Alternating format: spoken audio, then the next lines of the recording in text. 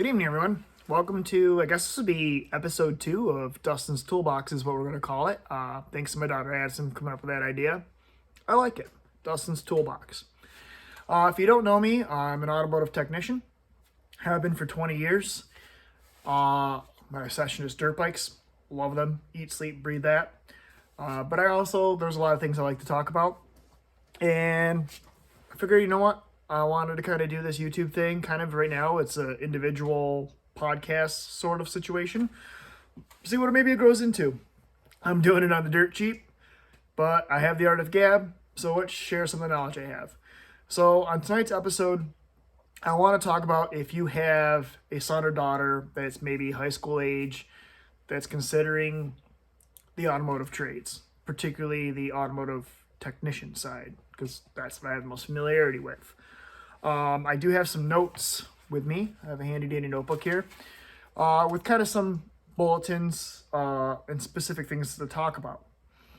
So I guess if your child is considering getting into the automotive industry and they're not sure where to start, if they're still in high school and it's an option to go to a vocational school. Around here we have Wayne Finger Lakes BOCES. Your junior and senior year, you can go half the day and do a trades program. I did the automotive technician side of it. It's tough because I feel like our school system, well, that's a whole other conversation how they do that, but that is one way to kind of get their feet wet, see if it's something they're even interested in doing and pursuing in the future. If they do that and they like it, there are programs like YOTech, UTI, that are automotive based. There's University of Northwestern Ohio.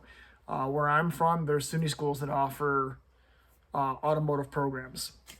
And there's nothing wrong with going the college education way on it. However, what I have seen, gosh, I just almost slipped off my stool. What I have seen in my 20 years experience is that you get these mostly young men. I'll probably refer to most everybody as men because that's primarily what's in there, even though I've worked with female technicians and I got nothing against it whatsoever. Like, my mother was a hands-on, she was a die cutting operator. So chicks, you can do it. I'm not saying that, but primarily it's usually guys. So if I say that, it's not a sexist thing. I've seen where I had a guy that had gone to Universal Technical Institute, was working for a manufacturer dealer for about a year, came to work for the dealership I was at. Now, I did do the 2-year vocational program through high school, but then I went right to working at a dealership as a quick lube technician. My primary job is just do oil changes and tire rotations. If you get in and you do it that way, your pay may not be there right away because you got to earn your dues. Whereas, you come in from a school and I think, you've already got training and understanding of a lot of stuff. You can start off making more money coming from a 2-year program. However, for example, this gentleman who'd come from a university 2-year program, whatever the hell it was, I could work circles around him. I had already been at the dealership for about a year and a half, when I wasn't doing the oil changes and tire rotations, the quick stuff they wanted me to do. I was over with the really knowledgeable technicians that were rebuilding engines, rebuilding transmissions, and paying attention to what they were doing and asking if I could, give them a hand with it and asking them questions. And it quickly came to my managers that, while I'm just as valuable as the guy that just did the 2-year college degree.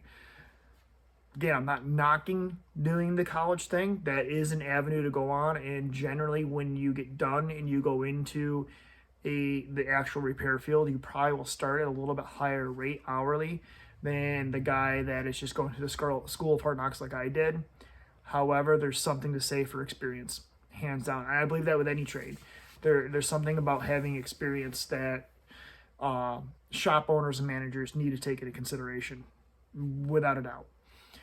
So that being said, those are the ways to kind of get your feet wet and kind of go into it. I'm not going to go into too much detail on it. I am going to explain what to expect in the field, because I'm a little bit jaded. I've been doing it for 20 years, but there's also things I really do enjoy about it. So I want to kind of give you my perspective over 20 years, what I would have done differently to maybe have made the 20 years a little bit more enjoyable. Not that they're all bad, they're not, but maybe they would just help that along, because I learned a lot of things the hard way, without a doubt. So there's generally two ways technicians are going to get paid. Now, it's hourly, which is like everyone else. You get paid X amount of dollars per hour. You punch in a time clock. You're there for 8 hours a day. You collect your 40 hours at the end of the week, and you get paid that, said and done. Then there's flat rate. Flat rate is you get paid by the job. Now, for the most part, you're going to find all of your dealerships, your manufacturer dealerships, Chevy, Ford, Toyota, Honda, doesn't matter, are flat rate. There's a reason for it. And sometimes it's good, sometimes it absolutely sucks, and you're just, what the hell am I doing? Generally, you will find independent garages pay hourly. Or they do an hourly, I can't even say that correctly, hourly, with a flat rate incentive program. My brother does that at his shop. You're guaranteed to get paid X amount of dollars per hour you're there. However, if you produce this, you're going to get paid this hourly rate instead, to incentivize you to keep moving and keep hustling. Because some people do believe that paying guys hourly in that type of environment creates lazy employees. I'm not one of those guys. This is not the way I work, but I've seen where people do take advantage of it, so I get it. So flat rate, to break it down for you, is I'll just use, you bring your car in for an oil change and a tire rotation. This is based off of the flat rate pay setup that I currently deal with now. You come in for an oil change and a tire rotation. Your oil change pays 0.3 of an hour, and your tire rotation pays 0.4 of an hour, or it's vice versa, whichever. So if you come in and I get your vehicle dispatched to me, and I'm the one in charge of bringing your car in and doing the oil change and the tire rotation, checking it all, looking it over, looking for anything that you may need to be aware of, I get paid 0.7 of an hour, regardless of how long it takes me. If it takes me an hour to do it, I still only get paid for 0.7. I lose money. If I do it in a half hour, well, I just got paid an extra 0.2 of an hour that I didn't actually work. So kind of see how that works out. And that's where there are some guys that can make very, very good money. Generally, and this is why, back to what I was saying with education versus experience. Generally, the guys that are going to make really good money, that are going to produce a lot of hours, are guys that have experience. Experience is so important. There's a clothing company called Troll Clothing that I'm a big fan of, and they have t-shirts that says, "Pay me for my experience, not my time." There's a lot to be said for experience. Excuse me. Gotta wet my whistle a little bit. It's 8:15. I can have a beer. Anyways, those guys may produce a lot more hours. They might be at the shop for 45 hours, get paid for 80 or 90 hours if they can produce that. Now, there's multiple factors in that. One is, what kind of work are you getting that week? You know, are they quick services that are in and out that pay decent? Again, experience comes into hand. You know, a car comes in, it's got a certain code, certain symptoms that you have seen time and time again on that exact same make and model. So you already know what it is. And you've already made that repair a bunch of times. So you figured out the shortcuts, you figured out this now. Say the job pays 7 hours, but you can get it done in 4. You just made an extra 3 hours. That's how it compiles, and you can make really good money. Here's the downfall to that. This is the downfall of the industry. I'll try not to segue too much into it. Modern cars don't require the maintenance that cars required 20 years ago. It used to be, 20, 25 years ago, you're doing spark plugs and wires every 30,000 miles, doing a coolant flush every 30,000 miles, doing a transmission flush every 30,000 miles. They, quote, say that the fluids now, some of them, like some of the antifreeze, is listed as being a lifetime antifreeze.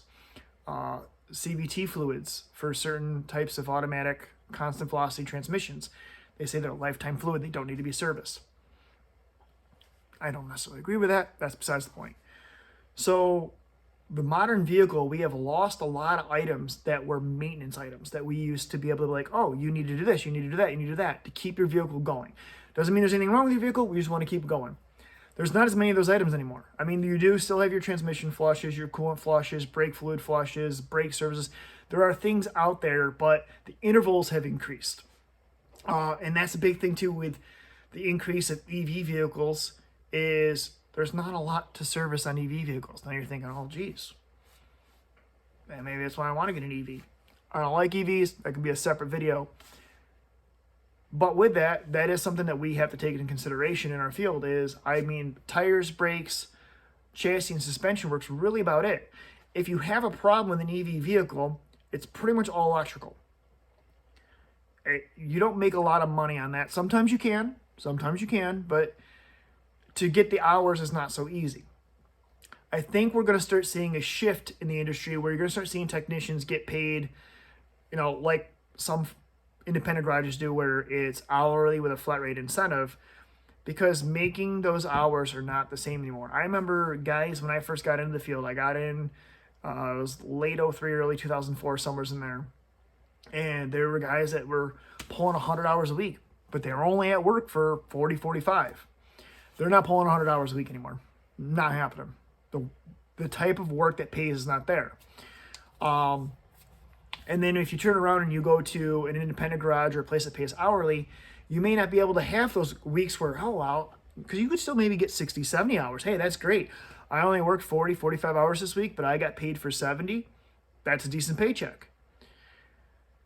But when it's slow and you're only getting 25, 30 hours, well, how the hell are you going to live off of that? You're not even getting paid for full-time hours, yet you're putting in full-time time. That's where hourly shops is like, okay, but at least I know I have a consistent paycheck. And that's what you need to figure out.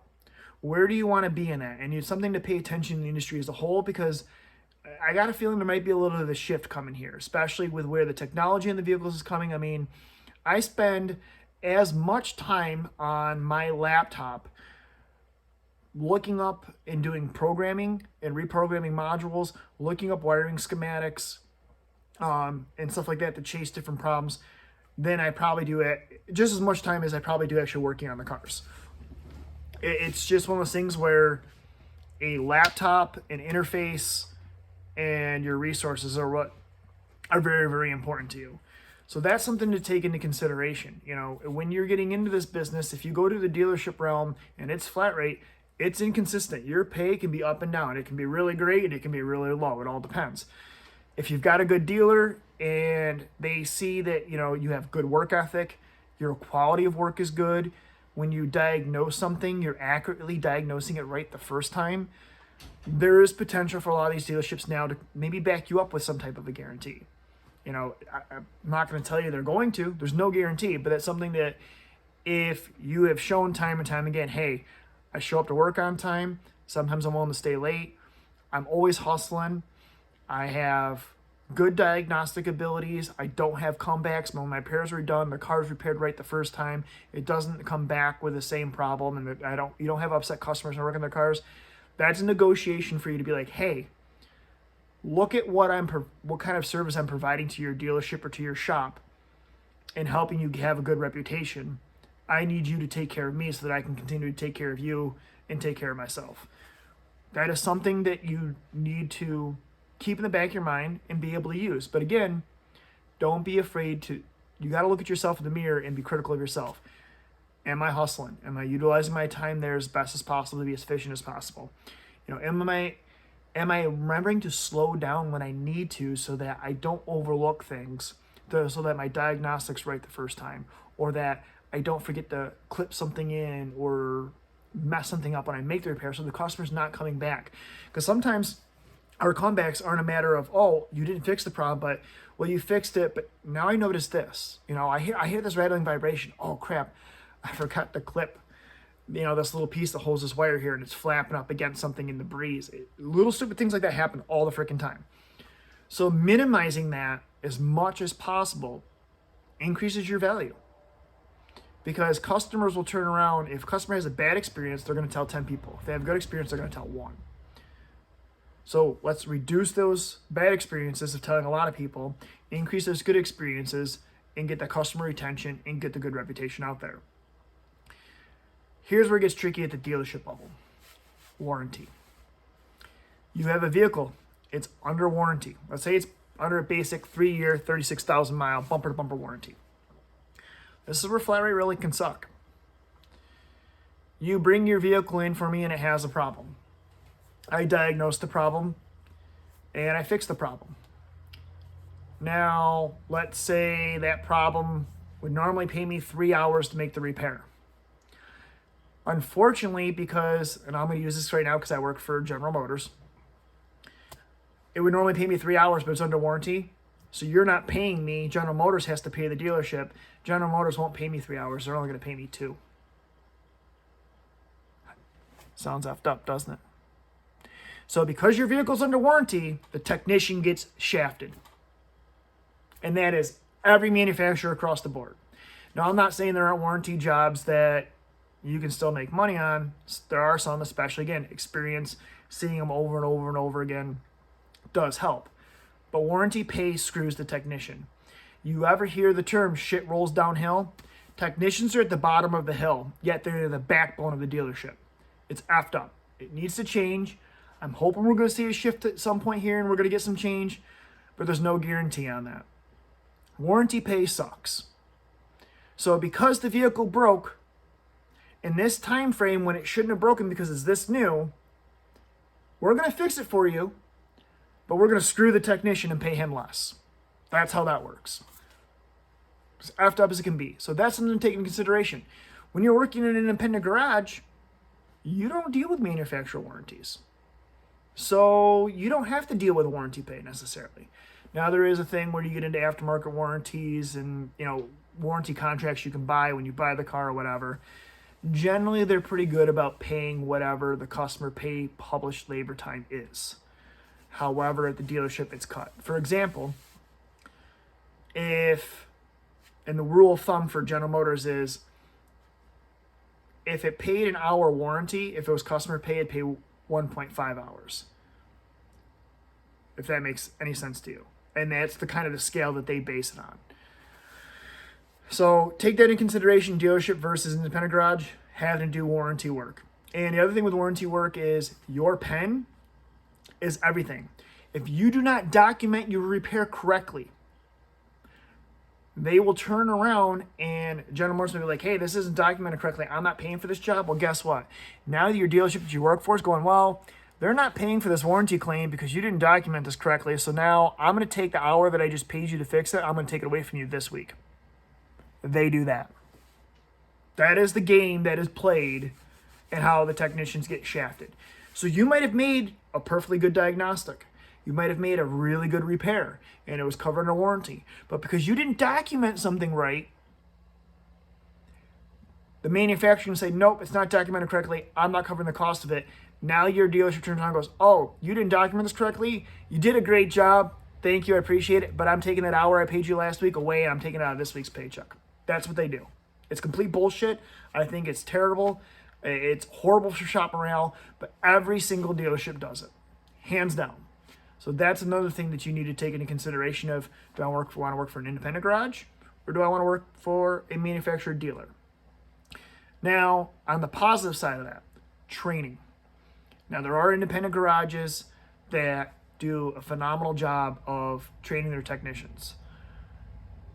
The resources for the training are a little bit more difficult. And I'm going to back up to the early part of my career when I was working for Subaru. When I first started working for Subaru, again, it was like right around 03, 04. They had a training center in Orangeburg, New York, just on this side of the Hudson from New York City. I loved it. It was all hands-on. I wasn't doing anything web-based. I wasn't stuck sitting on a laptop. I would go down there. They would give me a vehicle to drive. They'd put me up in a hotel. They paid for all my meals. And I would go to a facility with 2 engineers who were the teachers. And we might do half a day in like a big conference classroom with good visual displays. Because most of your technicians were hands-on people. That's why we do what we do. We're not made to sit in a classroom and just sit in front of and read books and do that type of stuff. We have to be moving and see how things work and touch them with our hands. So you do usually like a half a day in a classroom, and then they have a shop, and you take what you talked about in the classroom and go out in the shop and apply it and see it. It was a phenomenal program. I don't know if after COVID, if they still offer that or not. To give you an idea of currently how my training works through General Motors, is a lot of it is web-based. Now, they try to give you as good diagrams and visuals as possible, which is great. Fortunately, I've been in the industry long enough. I have a pretty good understanding of how everything works anyways. Every manufacturer might do something slightly a little bit different, or they might use different terminology for devices that do the same thing. But for the most part, everything does the things the same. There are some courses and topics that are hands-on that their facility is in Buffalo that you have to go and do hands-on. I love hands-on training. That was the best thing I loved about Subaru, was nothing was virtual, nothing was web-based. Everything was go down there, it's hands-on, spend half a day in a classroom talking directly to engineers. And I will say this, Subaru, you guys did a phenomenal job. You had Mark Russo and Rob Pezos down at SDC in Orangeburg, and those dudes were awesome. Awesome teachers. They were a great resource. At one point, I was working for a different Subaru dealership than I started off with, and I was the only technician. And I was still pretty young and learning a lot. These guys were a direct line of contact. I could call them, text them, email them, and be like, hey, I got this weird problem, and I'm not sure what direction to go here with it. And they helped me out. So they were an awesome resource on that. And that's the great thing about working for a dealership, is you do have those resources. Perfect example, yesterday I had a brand new vehicle that a lady was taking delivery, and her heated seats didn't work. And a brand new 24 Chevy Trax RS. I brought it in, verified, nope, heated seats don't work. Immediately go into my service information webpage and go in there to see if there's any technical service bulletins or recalls or any known problems that they've had with these. There was one for programming the radio, because you can also control the heated seats through the radio if it's equipped with a certain radio upfitted code. The vehicle was, but there was no software available yet, and it didn't make sense because the hard button still didn't work.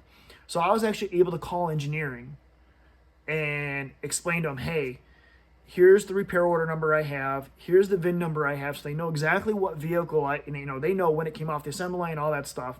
Here's the problem I'm having with it. Here's some things that I just checked, simple and preliminary. I checked fuses, made sure it was plugged in, because I've seen stuff not get plugged in right from the manufacturer or from the factory. It happens. Make sure everything's plugged in. I'm aware of this TSB, and there's not a software patch available yet, but what are we really looking at here? And at the time, too, the code was pretty generic. And we ended up finding out that it had to do with the LIN bus communication network system. And we kind of were able to put a game plan as to how we're going to troubleshoot and figure out what's going on with this, because he checked their resources and no one's seen this problem on this brand new of a vehicle yet. Unfortunately, I didn't get to dig into it because the lady wanted to take her car. She had already transferred the plates over, which I totally understand. So she's going to come back in for it. But I was able to already form a game plan to figure out the problem with the engineering department, which was pretty cool. And again, that's the advantage of working for a dealership. At an independent garage, you're not going to have the resources to, the manufacturing engineers. So you just don't. Again, I'm not saying there aren't great independent garages out there. There are some awesome independent garages out there. The problem is for an independent garage to get as in-depth on some of these repairs, especially with how the different modules communicate and networks and stuff, they've got to spend some serious money. They've got to spend money on the right scan tools. They have to spend money on interface modules that allow them to do programming. And a lot of times you have to pay each time to do the programming.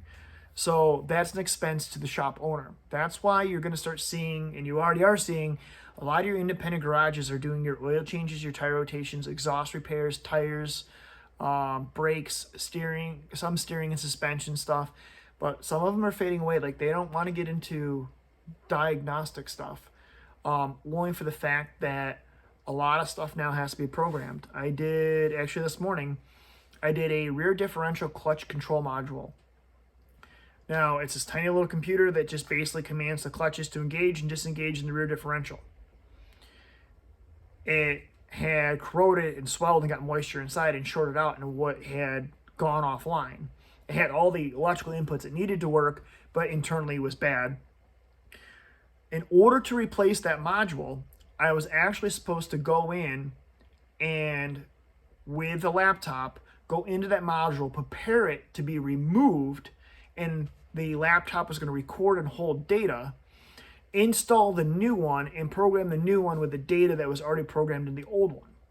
Well, because the old one couldn't be communicated to because it was shorted out internally, I could not do that. So there was a different process I had to go to do it. An independent garage most likely isn't going to be able to do that because, one, do they want to pay it? I think it's sometimes it's only $25-$30, but you got to pay that fee in order to get the file for the programming. You have to have an interface that's going to allow the programming to pass through and program to that module. That's another expense. That expense can be passed on to the customer, but that's when your whole billing and everything else gets into a headache. So that's why a lot of times you won't see independent garages do that kind of thing. Or they might be like, hey, I know this is bad. I've been able to do electrical testing. I can tell you it's bad, but I can't replace it for you because I can't program it. So if I install it, you're still going to have a problem. So take it to the dealership. And then that creates a headache for the dealership because then it's like, oh, you want me to just slap a part in here? And I don't know if they diagnosed it correctly or not. You don't want me to do any diagnostics. You want me to just throw it in and program it? If it doesn't fix it, it's not my problem. Whole nother situation that we have to deal with. The other part of it is, if you're going to get into this career, tools are expensive. No exaggeration. Granted, I've got 20 years into it. I've probably, just a quick rough estimate, got about $115,000 invested into my own tools and equipment. Makes me want to puke. And when I retire, if I ever retire, it's pennies in the dollar for that. I'll be lucky to get 10 grand for all of it. It's just made me sick thinking about it. So be smart. With Harbor Freight and the Icon brand that they have coming in, and some of the things that are available through Amazon, don't get me wrong, there are cheap tools out there that will break if you're using them on an everyday basis. And it's a pain in the ass to have a broken tool, and now how do I complete the job? Because I just broke the tool I needed. You either got to go borrow one from somebody else or your SOL until you get a replacement. So having quality tools is important, but the process in which you build your tool inventory and how you purchase and where you purchase can be very important. I was stupid about the way I did that. Okay? I went in there, I don't even remember what I had for a toolbox to start off with. I really don't. But I remember I bought a Mac Tools Tech Series box, bottom box, and I didn't even have it completely filled yet. And then I upgraded to a Snap-on box with a stainless steel countertop. And then I put a hutch on top of that. And then I actually kind of downgraded because I was in another shop and I needed a different layout. And I kind of was able to do an even trade up for a box that really wasn't worth as much as the box I had. And now the box I currently have now, I don't even know if I have pictures of that on my social media. It's a Mac Tools Maximizer. The bottom, the hutch, and the countertops somewhere between the $18,000 to $27,000 I've got invested just in the box alone. I love it. It's pretty. Doesn't make me money. So is it really a smart investment? You've got companies, like Harbor Freight with their Icon boxes that are supposedly, stepping up their game. Even some of the US General ones aren't that bad. You can go to Home Depot and get a Husky box. At the end of the day, if it locks and holds your tools, it's really all that matters. Guys will be like, oh, well, I can stand in my Snap-on box. Okay, I'm not planning on standing in my toolbox.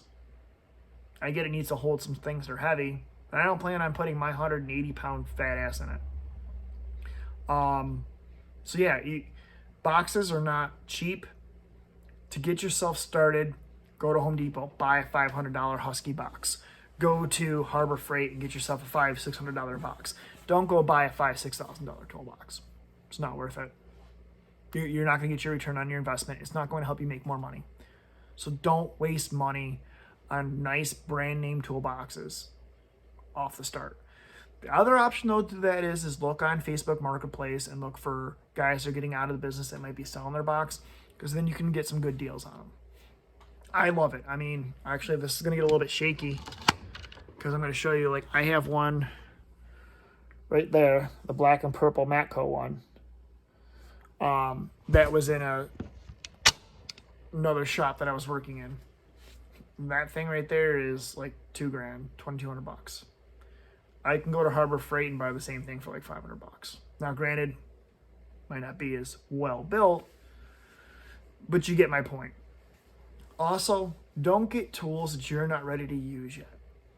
If you're in a dealership and you have factory laptops with interfaces, don't go buy a freaking $4,000 or $5,000 independent bidirectional scan tool. You don't need it. You want to go buy a couple $100 handheld one for doing stuff at home, or if you got a used car coming in that's not the manufacturer that you're working for and don't have the software interface for, that's fine. Don't go buy an expensive diagnostic scan tool if you're not up to that skill level yet, and if you don't have a use for it every day. I have one. I was in a position where I was not necessarily using it every day, but I was working on all sorts of manufacturers, all different brands. I needed something capable of being able to talk to all those different cars and have bidirectional controls. So I did. I purchased one, but you don't need to do that right off the bat. Basic set of hand tools gets, and that's the other thing. Electric power tools are becoming more and more the rage. The big electric 1/2-inch impact guns from Mac, Snap-on, Matco, some of them are around $1,000. It's a lot of freaking cheddar right there. And those things are awesome, but you can buy an Air 1/2-inch impact that's going to do the same job for a couple $100. You see what I mean? Yeah, one's got an airline attached to it, and you got to walk around with your airline, and it might be louder, but it's cheaper and does the same job. So be smart, be patient. It's hard. I get excited about tools. Like, some women might get excited about jewelry. That's me and tools all day long. Freaking love tools. But be smart about it, because it gets expensive fast. It is an investment that you're not going to see a return on. Your return you're looking for is the hours you're going to produce because you have the right tools for the right job. I totally understand that. But when it's all said and done, like I said, you're lucky to get 10% of your money back out of them. So just keep that in mind and be smart about it. The last thing I'm going to talk about, and we can, I'm going to structure maybe some more things around the automotive industry and some things to talk about if you guys like this type of stuff, is your physical health. I did a small little 6-minute video I posted on my social media. I hurt my back last week on a Wednesday morning and was out for the rest of the week. This job will beat the crap out of you. And that's a lot of trades jobs, whether you're a masoner, you're a framer, you're a drywaller, you do paving, blacktop, physical labor jobs. When we're young men and young women, we think we're invincible. I'm guilty of it. I'm 39 years old. There's days I still think I'm invincible, okay? You see that dirt bike right there? I hop on that and I act like an idiot sometimes. But you know what? That's also life. You got to enjoy it. But my point being with that is when they talked about using proper lifting techniques, take it seriously. It's important. And take care of your health. Working out is no joke. I don't go to a gym or anything like that at all. Unfortunately, sometimes I'm too sore. By the time I get home, I don't work out because I'm already achy. But whether it's just a matter of, getting some push-ups in, doing some stuff with a medicine ball or whatever else, just to keep yourself moving, keep yourself strong is very important. I'm just now, in my late 30s, my diet is getting better. I find that helps me a considerable amount too. The other thing is don't hesitate to look into a chiropractor. That may be a future video. I have a very, very good chiropractor that I very much enjoy going to. That has made a night and day difference in my physical health in so many ways. And when you're crawling, you're getting underneath dashes and in weird positions, or you're lifting things and you're bent a certain way, it messes you up pretty good sometimes. So taking good maintenance on your body is very important for having a long career and having a happy career and having a happy life. It should be that way regardless. You want to take care of it. The whole thing that your body is a temple is true. I don't treat mine like one. I should treat it better. But at the end of the day, there's definitely some truth in that. You've got to take care of yourself.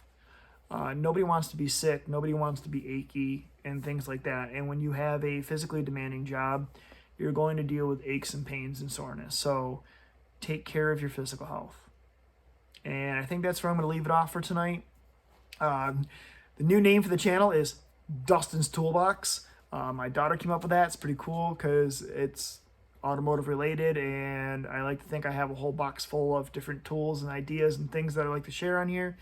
So I think that's pretty cool. So thank you for tuning in to what I guess would be the second episode of Dustin's Toolbox. Until next time, everyone. Thanks. Have a good night.